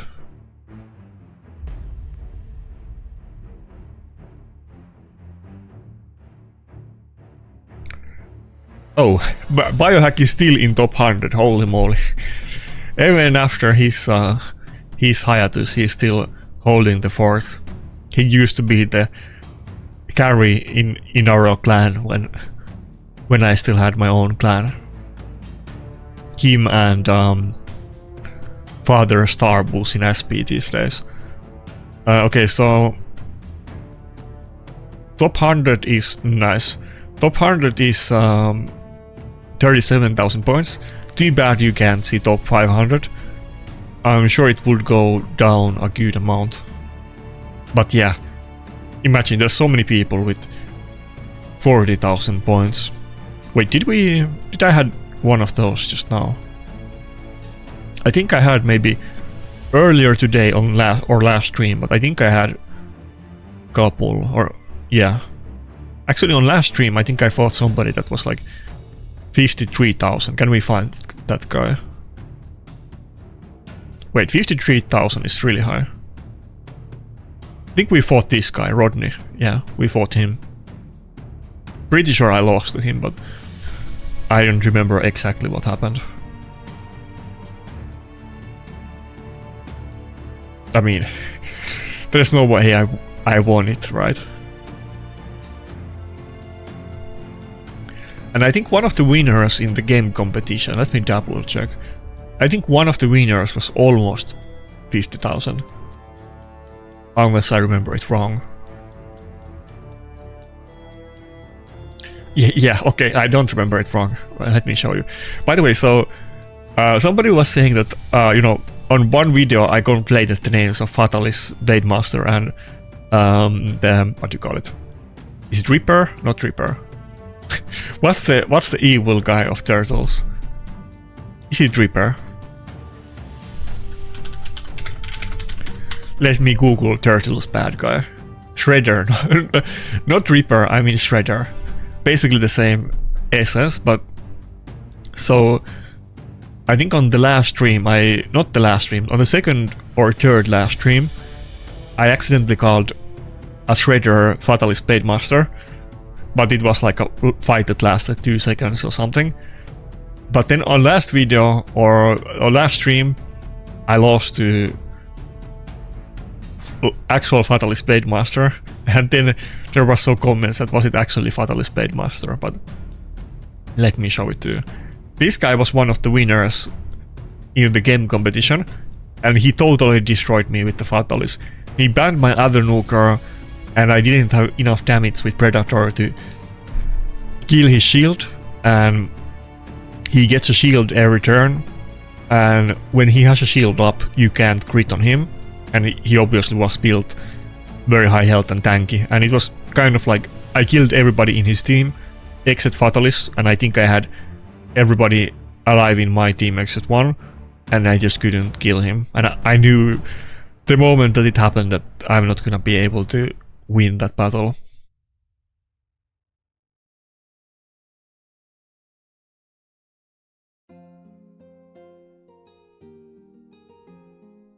But yeah, that was a really strong Fatalist, and I don't see that very often, and it was kind of nice to see, because we had that old drama where everybody in the game was angry about Fatalist not being good, and then I was kind of being on the opposite side, saying that Fatalist is actually like pretty good champion compared to 99.7% of champions in this game, and people kind of didn't appreciate it, especially the ones that went for the Fatalist event, which I think was like Deck of Fate or some kind of hard event to do, and I didn't go for it. So to be honest, I kind of, especially seeing this battle, but even outside of it, I wish I had Fatalist Blade Master.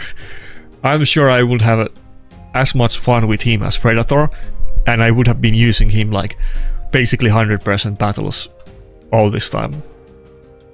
But I think Predator is kind of similar, so I'll take it. But yeah, this guy was almost 50k points. Not too many off.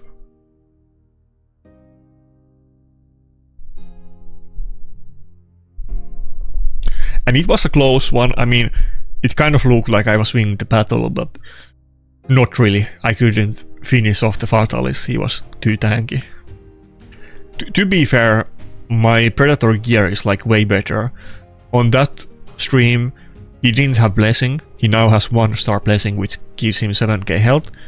He also got multiple items Chaos Dusted and even better items, and I built him more for damage than speed.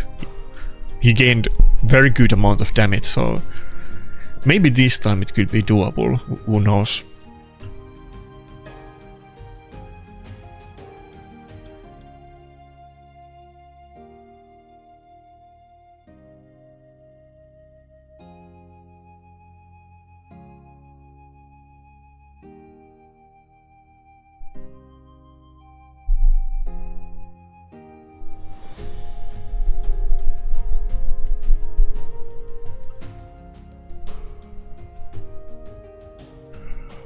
Wait, oh no, fuck. The Nice looks like he's very low health. We can't kill him with the A3, it's still not gonna be enough damage, but I think I can kill him with A2, it's gonna be close.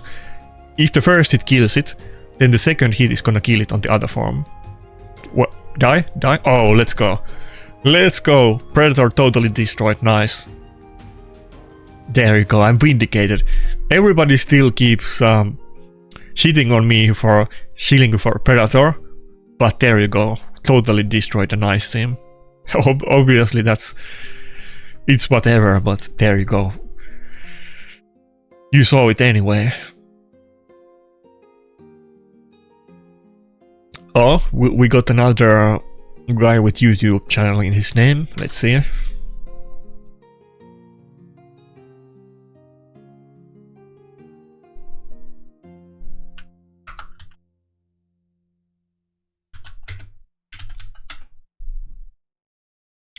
Oh fuck.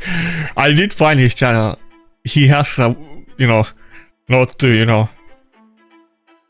he has a whopping 7 subscribers. I'm kind of impressed that I found his channel typing it, but I did find it, so yay to me, I guess. So if if this guy beats me, go subscribe to his channel. I mean, you can do it even without that, but if he wins, then go subscribe to him. We can do a little bit of a challenge. Oh, he's running the Hilvi against me. Maybe this is gonna be like the power fantasy for those people that disagreed with me about Hilvi.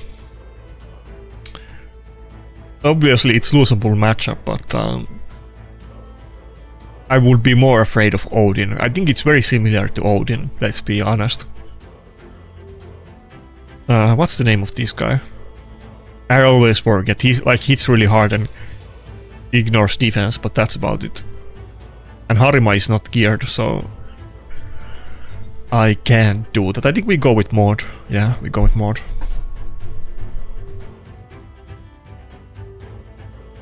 Is he gonna go with Tormin as the last pick? I kind of wanna see Tormin. Can you pick it? Oh, he did pick it. Okay. I was kind of like 60-40. I kind of thought he was not gonna pick Tormin, but he did do it. So now we can see the full power of the combo, assuming that I don't ban them. And I probably honestly would ban Hilvi in this situation, but I don't want to ban him because I want to play the matchup. So I think we go for the Grixia ban. Like, I would definitely ban one of these two speed threats, and Hilvi does have the aura. So I probably would go for her ban, to be honest. Just like I would if he had Odin in the team, but we need to play this matchup.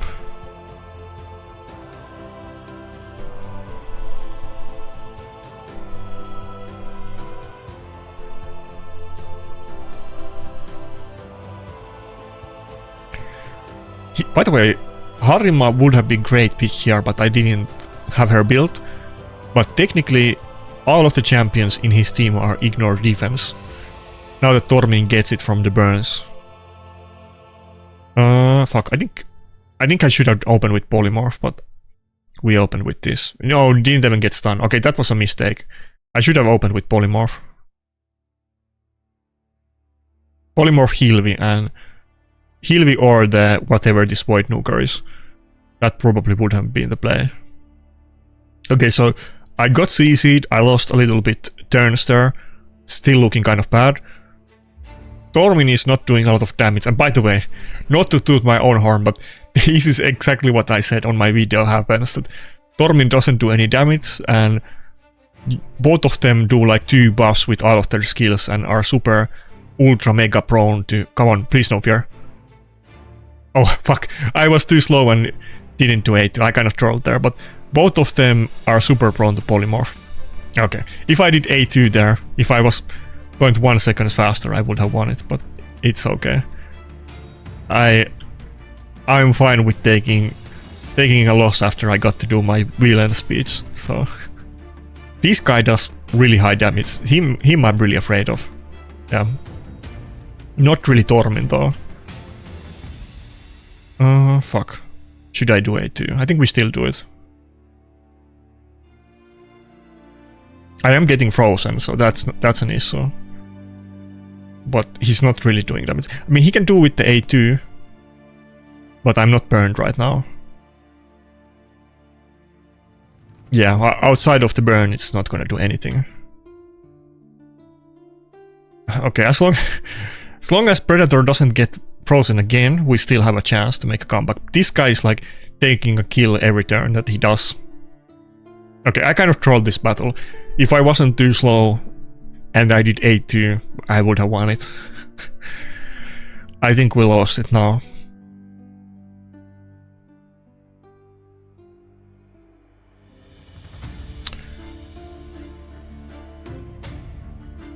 It's a little bit weird AI for Predator that he opens with the A3 and not A2. I noticed that when I did the AI presets for Classic Arena Defense 2.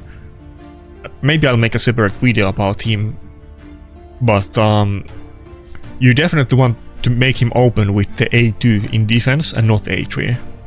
Like put it as not as opener, but like priority number 1 on the A2 skill. But yeah, we lost it. I kind of trolled it a little bit. We got some polymorphs, definitely could have gotten more. Again, you know, I don't want to like confirm what I was saying, but I don't think Hilvi and Tormin were like the winners here. I mean, Tormin freezes was a little bit annoying, but Odin would have been better. Debate me in comments, let's go. Odin would be better, Fabian would be better, Galatir would be better, even though Galatir is not really even a CC champion. That's kind of like a secondary or tertiary role for him, but he also does do that, so...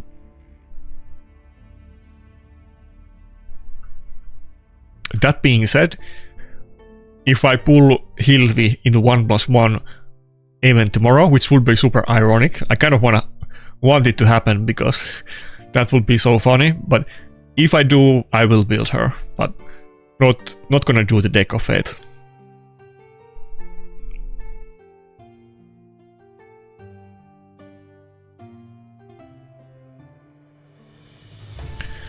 And also, it would be super useful if I could get the polymorph on my Predator. It's kind of hard because getting blessings on champions is so slow. You can only do it on like 1 or 2 per year, assuming that you find them in shop, but you get the material so slowly. It's really tough to make like decisions. You can't get it on everybody, and it's so slow to do it that usually... Fuck, I go with mod, I think. No? Yeah, mod.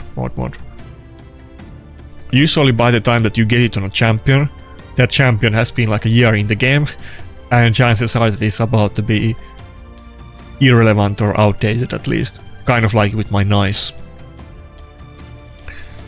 There's no way they're ever gonna do it, but I wish maybe like once per year you could switch the blessing from one champion to another, and maybe you also would have to pay like a big cost for it, and it would have a long cooldown, but it would be super good, because I wish I could take the blessing from, let's say, Nice away and give it to Predator.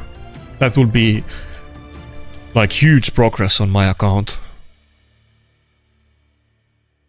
Maybe I should, if you guys are in the whatever super program it was called, I always forget it because obviously I'm not in it. But if you're in the program that you can give feedback to Plarium, maybe consider giving that feedback or your own version of it. I'll also, you know, I'll spout my political opinions on CC chat and see if I get any response about it. As I've glazed them multiple times recently, I don't have a veil up so he can resist this. I think we go A2 actually. Plarium has been like almost scarily, that's a weird way to put it, but they have been eerily receptive to suggestions, which they were not in the past, which I don't blame them. That why would a $1 billion company listen to some random plebs like opinions about the game balance? But now they do, so who knows, maybe it's worth a try.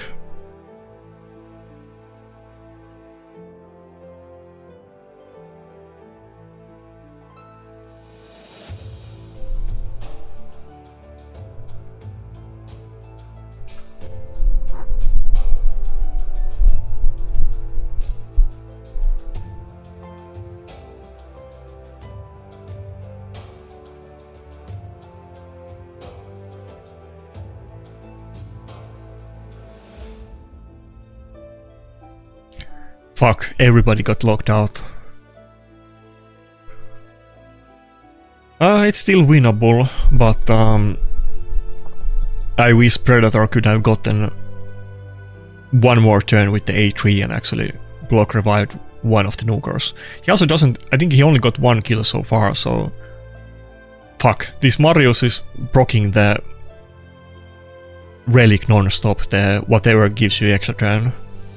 The Raven relic, I don't remember what it's called, but if I would have gotten one more turn before he gets locked out, I think that would have been it. But we got another kill for the passive, so now it's looking a lot better. Oh, let's go. Mod passive was clutch there. Right on time.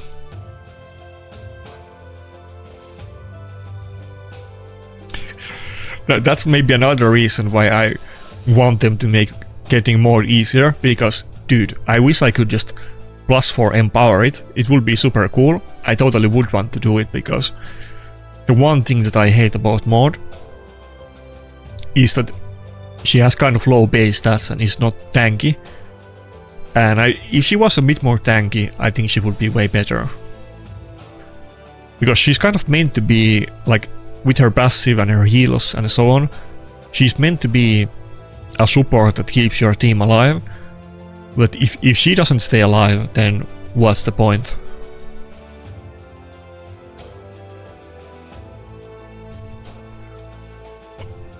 The good thing is that the Marius health bar is so low after those deaths and the life harvest and the A2.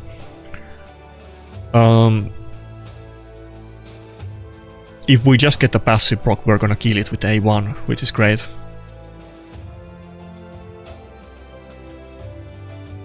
Oh, fuck, we got it, but he also got polymorphed, and that wasn't good. Okay, let's go. Was looking a little bit bad at the start, or not start, but after a little bit, that was I gonna lose it, but Predator clutched the battle. Rotos did 64k damage, Predator did more than 10 times of that. And don't get me wrong, Rotos has 6-star blessing and absolute best gear and relic on my account. I mean, I have 2 mythic relics, each on Duchess and Rotos, so... Predator doesn't have legendary epic and not even legendary relic and not even epic relic.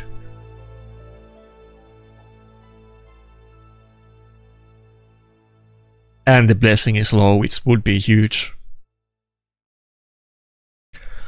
Also, I think when he does the AoE nuke and often gets multiple kills, if I could get him to like 5 or 6 star, and he could get this big turn meter boost when they get revived, I think that would be really big deal in practice actually. I know that Life Harvest is not super popular blessing on nukers, but I think it would be kind of interesting on him. But still, if I get 6 star, I'm probably gonna switch out to Polymorph. If I do get that, it's very likely that I'm never gonna get 6 star blessing on him, sadly. Maybe if I were to get the 6 star blessing on Predator, maybe I could put Rotos back to Ward of the Fallen. It's kind of a shame that I can't use the blessing on him, because it's so good with his passive, but I need the polymorph. There's no way around it.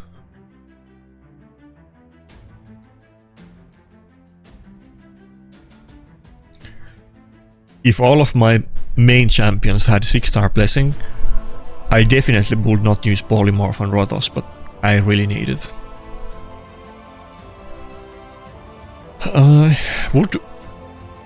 Would Maud be good here? I'm not sure.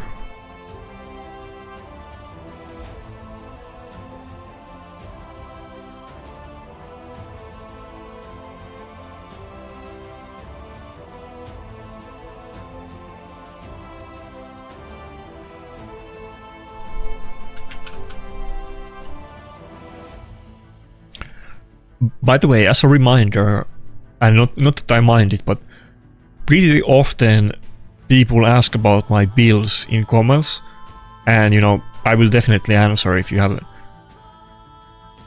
any questions about it. I think we go for Gizmak and not Carnage. I'm a little bit torn. We go Gizmak. But I do have the optimizer link on just on default on my every video and stream in the description. And then there, if you click it, you can see all of my builds. Granted that if I changed some builds when the optimizer wasn't on, they might sometimes be wrong and somebody might be naked or in a PvE build, but generally you can see all of my builds there. And definitely the relics and masteries are not gonna change over time. Wait, can you even see the relics in optimizer? I'm not sure if you can. Maybe you can see it somewhere, but I haven't thought about it. Come on, we need a stun on Marius. Okay.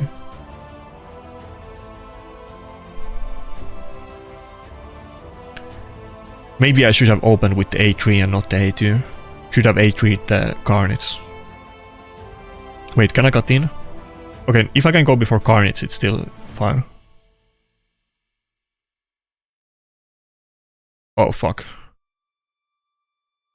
Okay, we're good. I think we're good. Yeah, we're so good. We're fine, it's not even close. Predator is full health. What am I getting worried?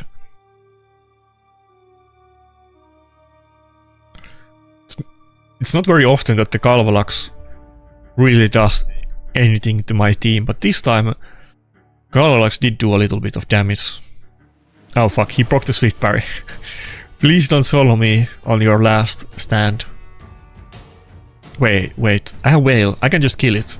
I mean, I can weak it, but the debuff is placed, so even if I weak it, it's gonna die. Let's go. Oh, he had the relic, whatever you call that. It's the time thing. It's the... I'll show it to you. I think I have that relic on my Mikey. Something time rewind gadget or whatever it's called. Where is Mikey? Oh, huh? Did I change the relic on him? No, I mean, not Mikey, I mean, what's the name? The red one. Raphael, yeah. Last Laugh Amulet. I think he procced this one. I don't think this is like a super OP relic or anything, but the time that I got this, I didn't have like any good relics at all. So it kind of made sense. At this point, it's not that big deal, but it kind of does make sense on Raphael specifically. Not that I think it's still that good, but I really didn't have any relics and I got it and it just gave attack, which was good at the time. And then when I got Raphael, I put it on him. And I'm sure I'm not gonna upgrade it over that, or if I do, I'm gonna upgrade it just to use as a material for higher upgrades. Oh fuck, 35 gems, we go for it.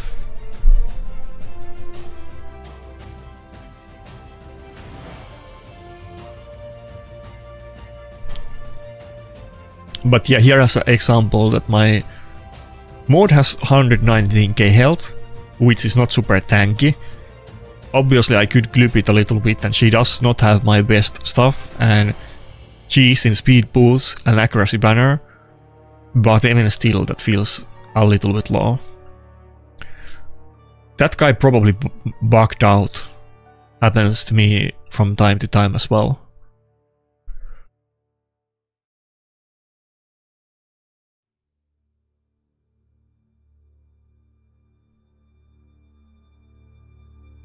Optimizer is such a good thing. At these points when Parium is doing all kinds of good stuff that they are, maybe they're gonna do their own version of Optimizer. Probably not, but I wouldn't put it past them at this point. Before I would say like never, but now I wouldn't put it past them.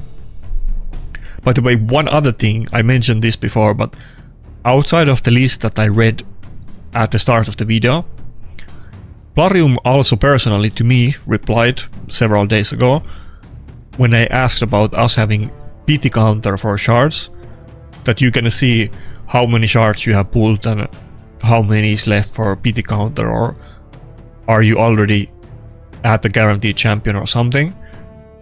There used to be a program that would show it back in the day.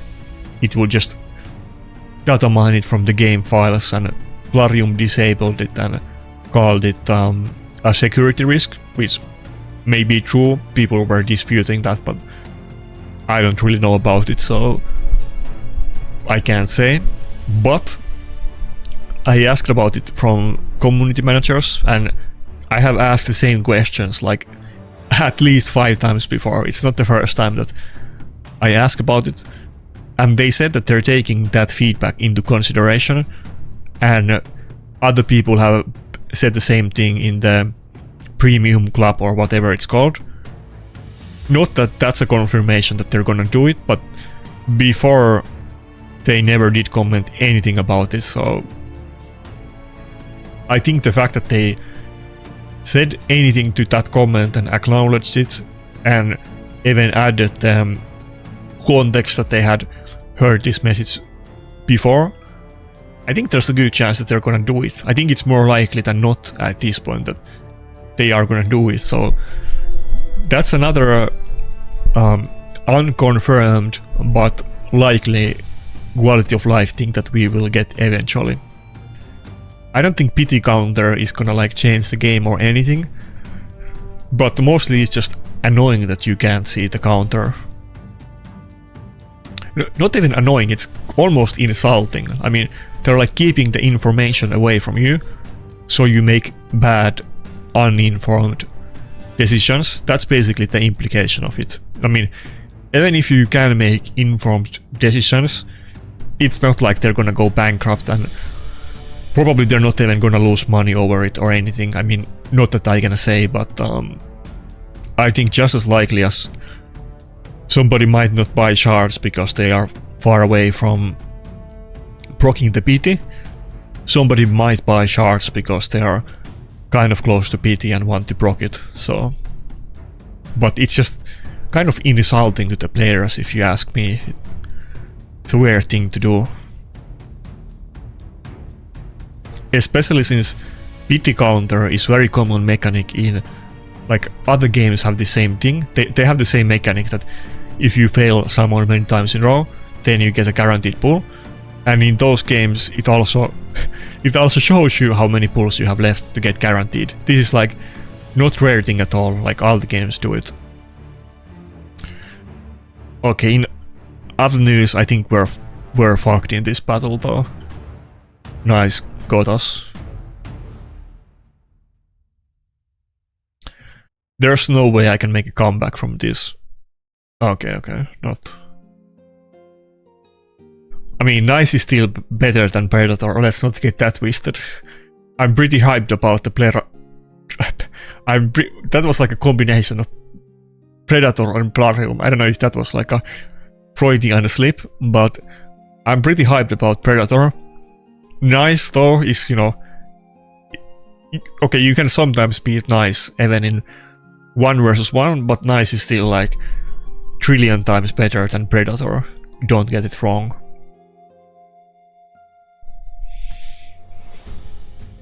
That's the last stand that Plarium is still doing. Like, they might actually take player feedback and do all kinds of quality of life updates and make good changes to the game. The one thing that they are not botching is that they're not gonna nerf their super OP game-breaking cash cows. That's the one thing that Plarium is never gonna bend on, I'm sure about that. If anything, you know, I say this ironically, but I mean it also. I think it's more likely that Nice gets a buff than it gets a nerf. I know that sounds like crazy, but that's the mindset that Plarium has. There's no way they want to nerf their main cash cows. It would be so funny. I almost wish we would get a Nice buff. That would be kind of hilarious. Even if they don't do like actual buff, they should do April Fool's patch update with Nice buff. That would be like the best April Fool's. I need to tell them about it. Maybe they would listen to that feedback. Not about the nerf, but maybe they would scare us about the boss at least.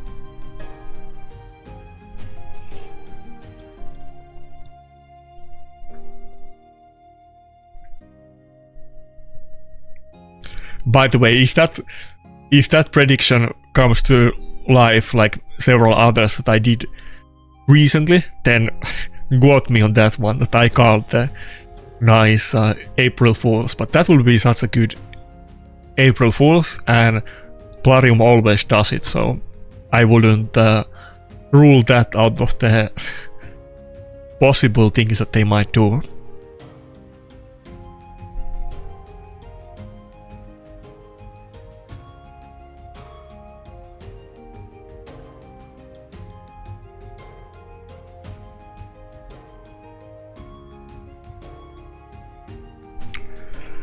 I was thinking about both of the Nukers, but I think we're still gonna ban Gnishak. Gnishak is kind of interesting because First of all, he was a fusion. He was actually used in Platinum Arena when he was new. Not for a very long time, but he was literal top meta for maybe a month or two. I remember this fairly well because I was very competitive at that time, and I remember that really well. It was one of those things that IPR was using it a lot. The top accounts, let's say, were using him in offense. Outside of that, I don't think people consider Gnishak as one of the best champions in the game. Even though it's a fairly decent one, even for PvE. I mean, you can use it even on clan boss and so on, and dungeons. But Gnishak is almost meta in PvP. I don't want to say meta, but Gnishak is one of those. He's kind of like what Tormin should be. Let's put it that way. It's not something that you see every battle, but if you do see it in the right picks, it's almost like a must ban. It's basically the best champion at what it does. Like, obviously, Commodus is kind of considered the best bomb champion, but Gnishak does it harder. You could kind of argue that Gnishak is the best bomb champion in the game. Maybe somebody's gonna disagree with that in comments. Feel free to argue against it, but he's the hardest hitting and very practical. And when you do see it, you often kind of have to ban it, which is pretty crazy for a fusion champion that is legendary, not even void, and not that people don't really give a lot of credit to Gnishak. He's not like a hyped meta champion.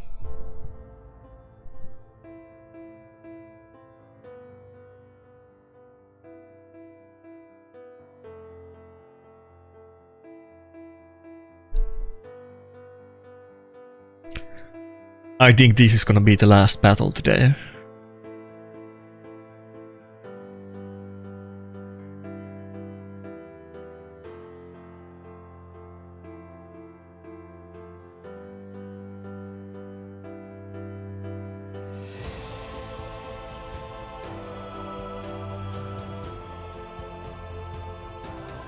I like the avatar frame. I don't think I've seen that.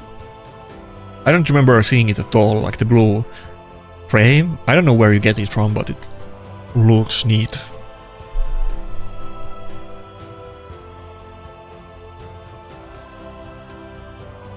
I'm not really up to date on cosmetics. By the way, speaking of cosmetics, that just reminded me of one of the little bit odd things about Raid.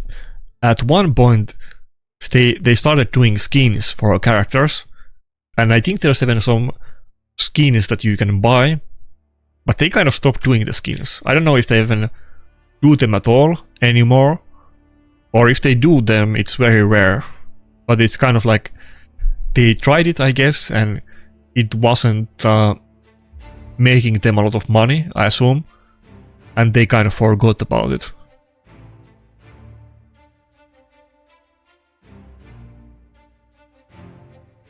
No, not that I would buy any skins. I mean, it would be kind of, you know, if you're gonna do that, you might as well buy champions, but Plarium is very good at the champion design.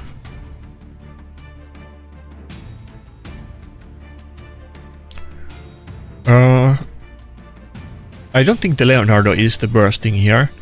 It is a little bit scary team in a sense, because assuming that they're fast and Donatello is slow, I mean Leonardo is slow, it will be hard, but I do have 2 bus trippers in my team, and like everybody in my team can basically counter the unkillable. Everybody except Duchess. Armans can bus trip it and just polymorph through it. Rotos can ignore it. Predator can ignore it with Hunter's Case. And by proxy, everybody in my team can, if that is up. And Maud can also bus trip it with A2, so Leonardo was a little bit interesting last pick. I'm gonna say, you know, I think I lost one battle to Leonardo so far, and it wasn't because him.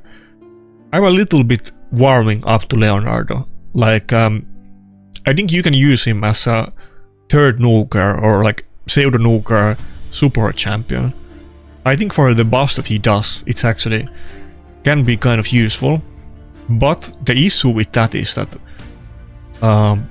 there's so many buff strippers, so it's very hard to find a matchup where you can use him for that reason. But in those situations, he does do really good buffs, and he still does some damage even if he's not like your main nuker. Like, if enemy team bans your other nuker and you only have 2, then, you know, and they have a tanky team and not a squishy speed team, then you're fucked. And if they have a squishy speed team, then they probably have like 15 different buff strips anyway.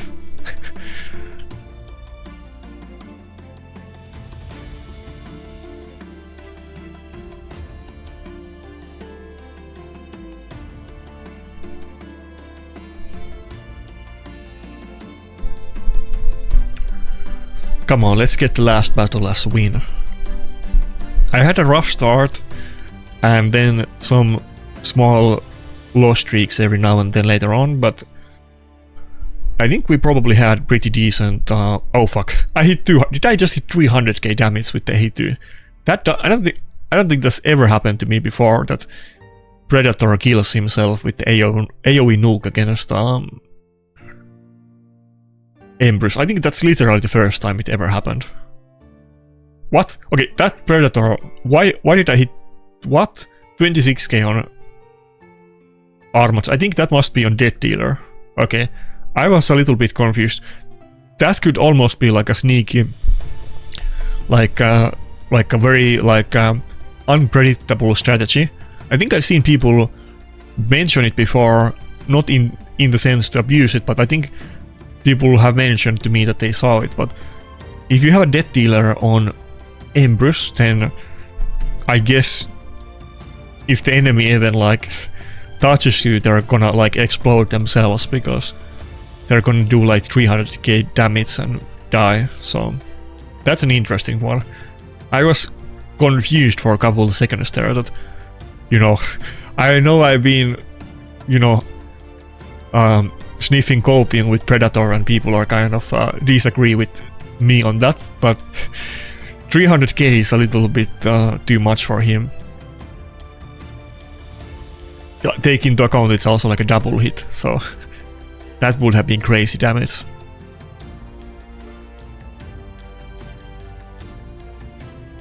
That's an interesting though. So you can have like a kamikaze Empress with Death Dealer. That's very interesting. Who knows, maybe when I get another Death Dealer, maybe that's something that I will try at some point. That kind of sounds fun. Though half of the, not half of it, but like part of Emperor's appeal is that it's health scaling champion and a little bit tanky, but with that it's not tanky at all. So have you guys seen it or tried it? Let me know what you think about Death Dealer Empress combination. Is there any other champions where you can use Death Dealer not just to guarantee crits, but to go with seppuku and kill enemy team that way, or cause some mechanics? I think, let me think about it. I guess there's the... I mean, obviously we're not gonna see it on him, but the thing that first comes to mind, which used to be like a meme champion in the early days, actually kind of powerful at one point. You could do like offense teams with Soul Drinker. you could have Death Dealer Soul Drinker. But I'm sure you probably can do the same concept with some other champions that don't come to my mind at this moment. Or maybe some new champion in the future, potentially. Yeah, if you have any good idea, maybe I missed something about that, then let me know in the comments. I think what people have been saying about the Death Dealer is that People like to use it on Comidus and, you know, bomb champions, potentially Carnage, so that you don't weak it and you land out of the debuffs, and then Rotos. But I'm sure there is some other champions where it would make sense as well. I mean, outside of just having it on some squeezy nuker like Charge It in a speed team. I don't think I've seen anybody run it. I think Charge It is insanely rare these days, but I mean, you could do like a 400 speed Charge It in a speed team with Death Dealer. I mean, I think that would be interesting, and maybe if there's other Ignore Stone Skin champions, maybe you can do some kind of concept like that as well. Maybe I'm giving bad ideas to my enemies, because I think if somebody did something like that to me, that would be... I would have no chance against it. Anyway, that's it. Good luck with your 1+1 pulls tomorrow, and see ya.